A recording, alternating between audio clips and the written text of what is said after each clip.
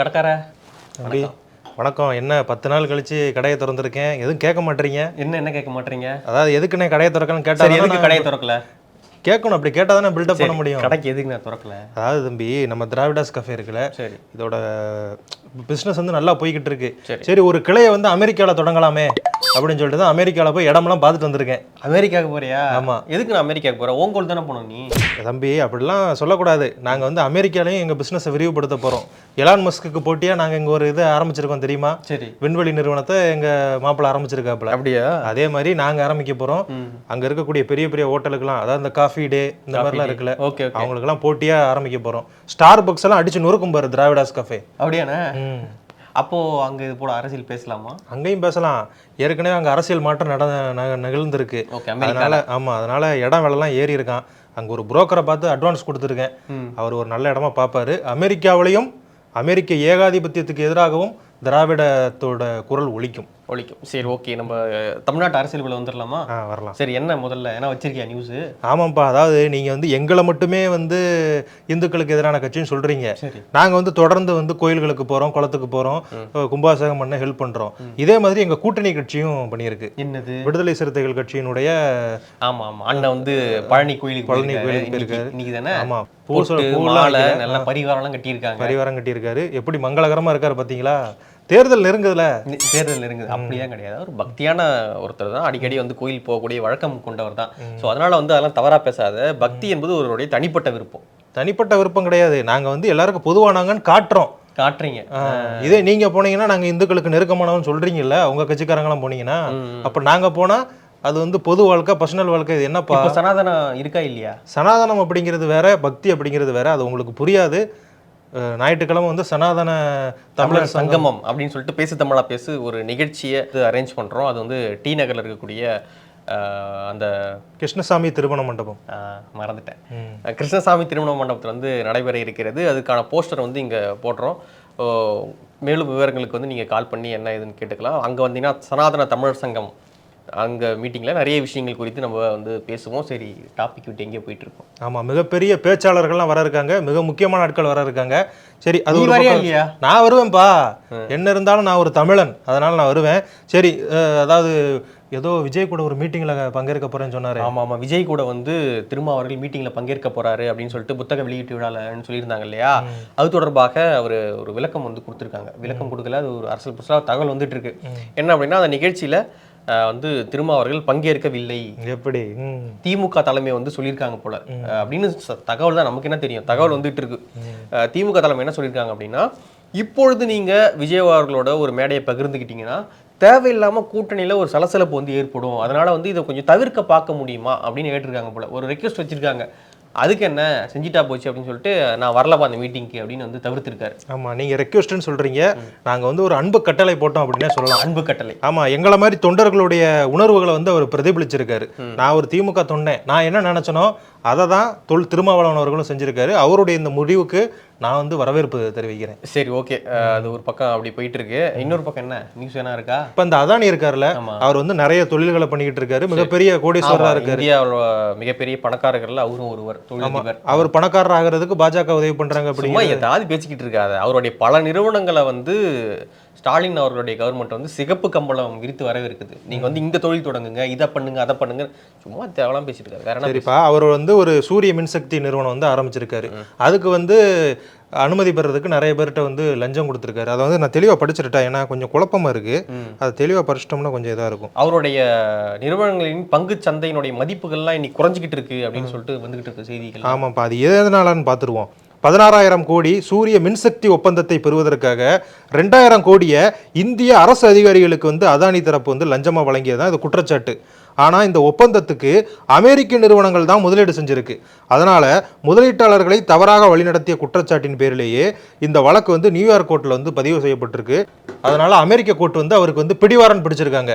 இதனால தான் நீங்கள் சொன்ன மாதிரி அவருடைய பங்குகள்லாம் அதல பாதாளத்துக்கு போயிருச்சு. ஒரு கட்டத்தில் 150 ரூபாய்க்கு மேலே இருந்த பங்குகள் இப்போ வந்து 15 ரூபாய்க்கு குறைஞ்சிருக்கு, 10 மடங்கு குறைஞ்சிருக்கு.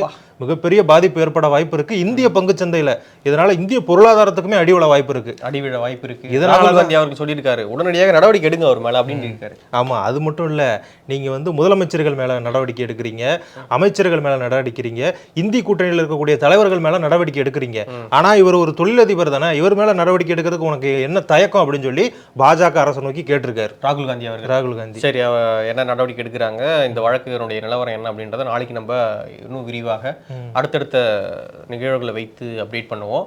அடுத்த நியூஸ் என்ன இருக்கா? நியூஸ் இருக்குப்பா. அது உங்க கட்சியை பத்தி சொன்னா ஏதாவது, உங்க அண்ணன் இருக்கார்ல, யாரு?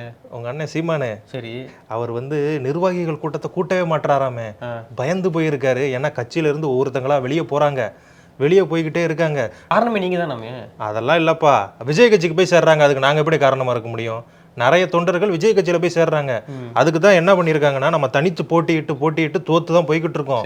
வெற்றி பெறணும் அப்படிங்கிறது தான் கட்சி நிர்வாகிகளோட எண்ணமா இருக்கு. அப்படி வெற்றி பெற்றாதான் அவங்க வந்து ஒரு ஊக்கமளிக்கக்கூடிய வகையில் இருக்கும். அதனால இந்த தேர்தலை நீங்க கூட்டணி வைக்கணும் அப்படிங்கிறது கட்சி நிர்வாகிகளுடைய மனக்குமுறலா இருக்கு அப்படிங்கிறது சொல்லப்படுது. அதனால கட்சி நிர்வாகிகள் கூட்டத்தை கூட்டிட்டா இதை வந்து அவங்க தைரியமா எடுத்து சொல்லிடுவாங்கல்ல.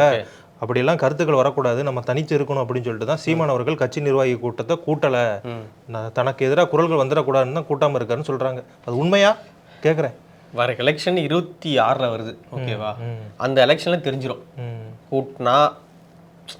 கூட்டாம இருக்கிறதுனால வந்து இழப்பா அல்லது என்ன ஸ்டேட்டஸ் அடுத்த கட்டம் என்டிகே அப்படின்றத வந்து இந்த எலெக்ஷன் வந்து தெரிஞ்சிடும். ஆனால் வந்து நிறைய நிர்வாகிகள் வெளியேற்றிருக்காங்க அப்படின்றது நமக்கு தெரியுது, அப்பட்டமா தெரியுது, அடிக்கடி நியூஸ்ல வந்துகிட்டே இருக்கு. அது மட்டும் இல்லாமல் உட்கட்சிக்குள்ளே நல்ல சலசலப்புகள் ஏற்பட்டிருக்கு அப்படின்றது நம்மளால கண்கூட பார்க்க முடியுது. அதனுடைய ரிசல்ட் என்ன அப்படின்றது 26 தான் நமக்கு தெரியும். கண்டிப்பா அது என்னன்னு நம்ம விட்டுருவோம். அதுக்கடுத்த நியூஸ் வேற என்ன இருக்கா? தமிழ்நாட்டில் சட்டம் ஒழுங்கு ரொம்ப கெட்டு போயிருக்காமே. எப்பா அதெல்லாம் என்னப்பா, பர்சனல் பகையினால கொலைகள் நடக்குது, ரொம்ப வருத்தமா இருக்குப்பா. ஏன்னா பர்சனல் பகை வகை, அதாவது நேத்து வந்து ஒரு கொலை நடந்துச்சுல, நீங்க பாத்திருப்பீங்க. எந்த கொலை சொல்ற? நேத்து 2 நடந்திருக்கு போல. அப்படியாப்பா? எனக்கு ஒண்ணுதான் தெரியும். அதாவது டீச்சரை ஒன்னு வெட்டியிருக்காங்க. ஆமா, இன்னொரு பக்கம் வக்கீல். ஆமா, வக்கீல வந்து நடு ரோட்ல வச்சு வெட்டியிருக்காங்க. அவர் சீரியஸா இருக்காரு போல. சில இடங்கள்ல வந்து ஒரு இறந்துட்டாருன்னு நியூஸ் வந்துகிட்டு இருக்கு, சில இடங்கள்ல வந்து சீரியஸா இருக்காருன்னு வந்து. அதே மாதிரி இன்னைக்கு வந்து பாத்தீங்க அப்படின்னா ஒரு வன்முறை சம்பவம் நடைபெற்று இருக்கு. தொடர்ந்து வந்து இப்படி வன்முறை காடா மாறிக்கிட்டு இருக்கு. இதுக்கு ஆசிரியரை வந்து ஸ்கூலுக்குள்ளே பூந்து வெட்டுறாங்க. அந்த அம்மா இறந்து போயிட்டாங்க, பாவம். இப்போ அவங்களை வந்து ஆழ்ந்த இரங்கல் நம்ம தெரிவிச்சுக்கிறோம். இந்த பக்கம் பார்த்தீங்கன்னா கோர்ட்டு வாசல்ல வக்கீல வெட்டுறாங்க, அவர் சீரியஸா இருக்காரு அப்படின்னு வந்து தகவல்கள் வந்துகிட்டு இருக்கு. இன்னொரு பக்கம் பார்த்தீங்கன்னா ஹாஸ்பிட்டலுக்குள்ள பூந்து டாக்டரை குத்துறாங்க. எங்கே செல்கிறது இந்த மண்? சொல்லு, வாய் மூடிக்கிட்டு இருக்க சொல்லு. நானுமே இந்த சம்பவங்களுக்கெல்லாம் வருத்தத்தை தெரிவிச்சுக்கிறேன். என்ன பண்றது? வருத்தம் நான் தெரிவிக்கலாம், அதிகாரம் இல்லை, ஆட்சி இல்லை, ஒன்றும் கிடையாது என்கிட்ட. நான் வருத்தம் தெரிவிக்கலாம், கண்ணீர் விடலாம், கதறலாம், எல்லாத்தையும் வச்சுக்கிட்டு நீ அதையும் சொல்லிக்கிட்டு இருந்தா எதுக்கு? அப்புறம் நீ இறங்கி அந்த எதுக்கு டேபிள் இறங்கி போக வேண்டியதானே கீழே? எப்பா போலீஸ் வந்து நடவடிக்கை எடுத்துக்கிட்டு தான் இருக்காங்க. நான் இந்த மாதிரி சம்பவங்கள் தவிர்க்கப்படணும், இனிமேல் நடக்கக்கூடாது அப்படிங்கிறது என்னோட கோரிக்கையாகவும் இருக்கு. அந்த கட்சிக்காரனாக இருந்தாலும் நியாயமான கோரிக்கைக்கு நானுமே குரல் கொடுப்பேன்ப்பா. கண்டிப்பாக இனிமேல் நடக்காது, அதுக்கான உத்தரவாதத்தை நம்மளால கொடுக்க முடியாது. பாதுகாப்பு நடவடிக்கைகள் எடுக்கப்படும், அவங்களுக்கு நம்மளுடைய வருத்தத்தை தெரிவிச்சுக்கிடுவோம், அவ்வளவுதான். சரி, ஓகே. இது ஒரு பக்கம் இருக்க. இன்னொரு பக்கம் வந்து 68 பேர் கள்ளசாராயம் அறிந்து கள்ளக்குறிச்சி அருகே இறந்து போனாங்க இல்லையா? ஆமா, அந்த வழக்கு வந்து நீதிமன்றம் சிபிஐக்கு மாத்திருக்கு நேற்று. ஆமா, இவ்வளவு நாள் சிபிசிஐடி விசாரிச்சுட்டு இருந்தாங்க இல்லையா?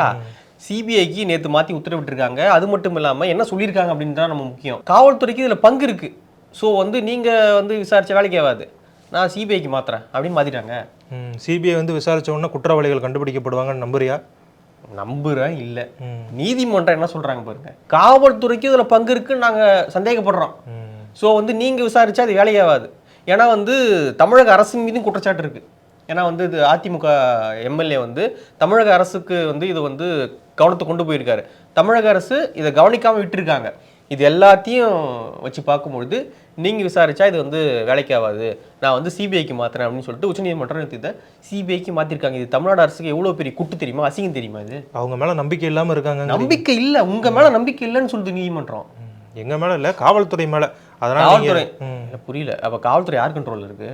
இப்போ ஒவ்வொரு காவல்துறை அதிகாரியும் நம்ம போய் இது பண்ண முடியாதுல்ல. இவ்வளோ பெரிய சம்பவங்க, இது ஒன்றும் சாதாரண இது பிக் பாயிண்ட் சம்பவமா? இது 67 பேர் செத்து போயிருக்காங்க. இவ்வளோ பெரிய சம்பவத்தை வந்து நீதிமன்றம் என்ன சொன்னது, உங்க மேலே நம்பிக்கை இல்லை, நான் மாத்திரன்னு சிபிஐல. பெருத்த அவமானம் தான். ஆனால் ஒரு சிலர் பண்ற தப்பால இப்படி ஒட்டுமொத்த அரசாங்கத்துக்குமே கெட்ட பேர். சிலர் தப்பு இல்லைங்க, என்னங்க திரும்பவும் ஒரு சிலர் தப்புன்றீங்க?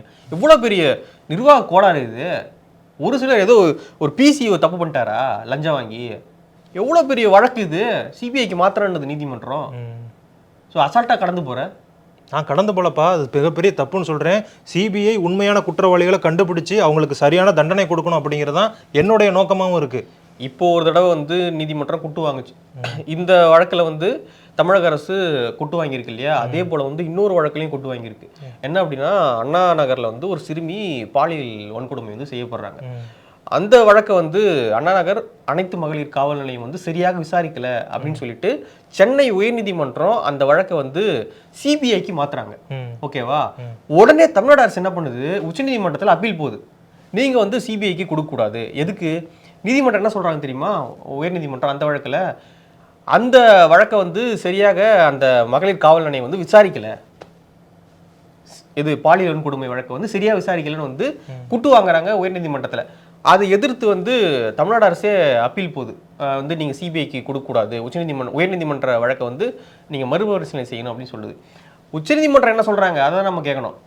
உச்சநீதிமன்றம் என்ன சொல்கிறாங்க அப்படின்னா, தமிழ்நாடு கேடருக்கு வெளியே இருக்கக்கூடிய 7 ஐபிஎஸ் அதிகாரிகளுடைய பட்டியலை கொடுங்க, வேற ஒரு கமிஷனர் வேற ஒரு குழு வந்து நம்ம அமைப்போம் அப்படின்னு சொல்லி, எஸ்ஐடி அதாவது சிறப்பு விசாரணை குழு வந்து நம்ம அமைப்போம் அப்படின்னு சொல்லிட்டு அது வந்து சிறப்பு விசாரணை குழு வந்து போட்டிருக்காங்க.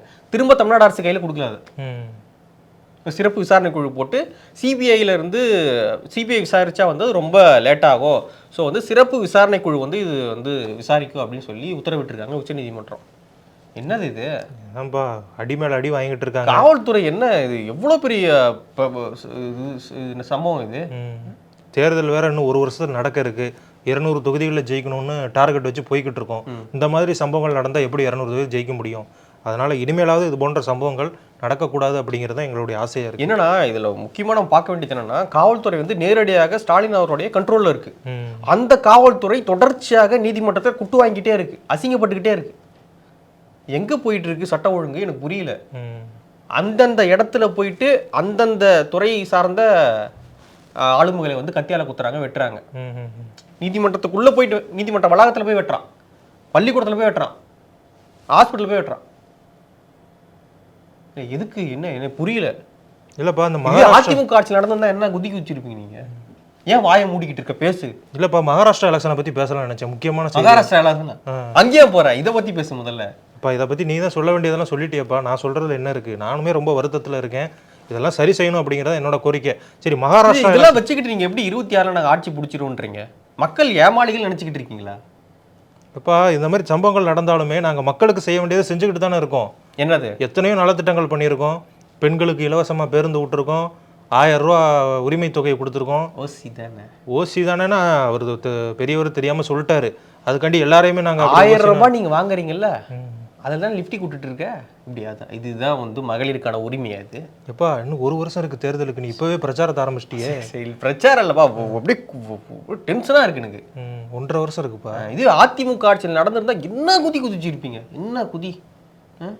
நீதிமன்றத்தில் தொடர்ச்சியாக காவல்துறை குட்டு வாங்கிட்டு இருக்கு.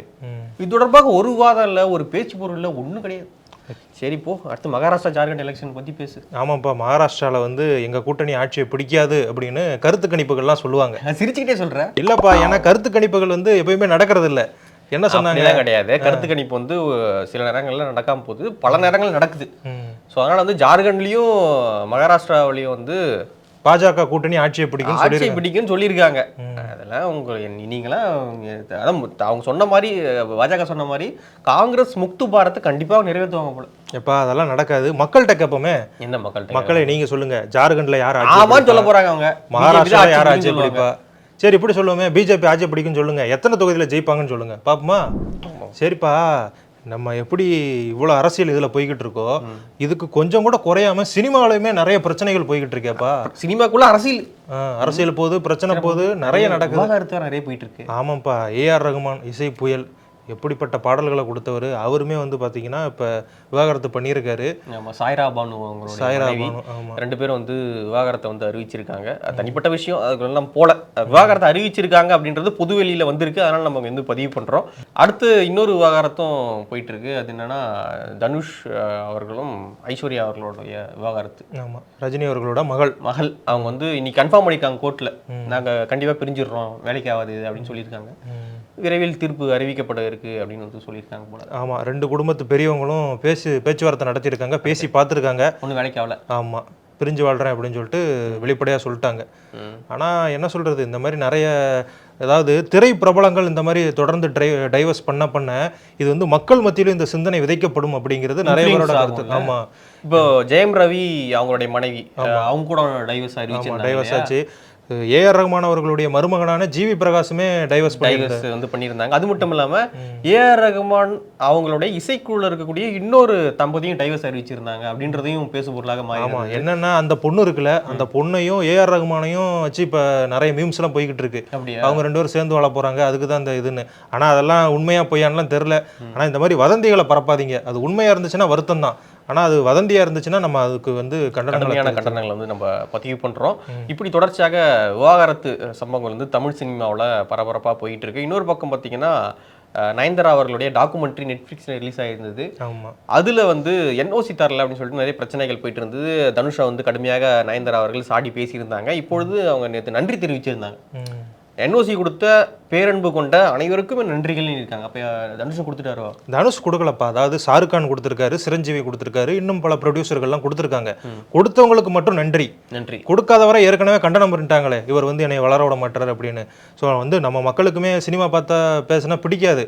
ஆனால் நம்ம இது எது பேசுகிறோம் அப்படின்னா, எல்லா இடங்கள்லையும் அரசியல் புகுந்திருக்கு, அரசியல் இல்லாத இடமே இல்லை அப்படிங்கிறத தெளிவுபடுத்த தான் சொல்கிறோம்.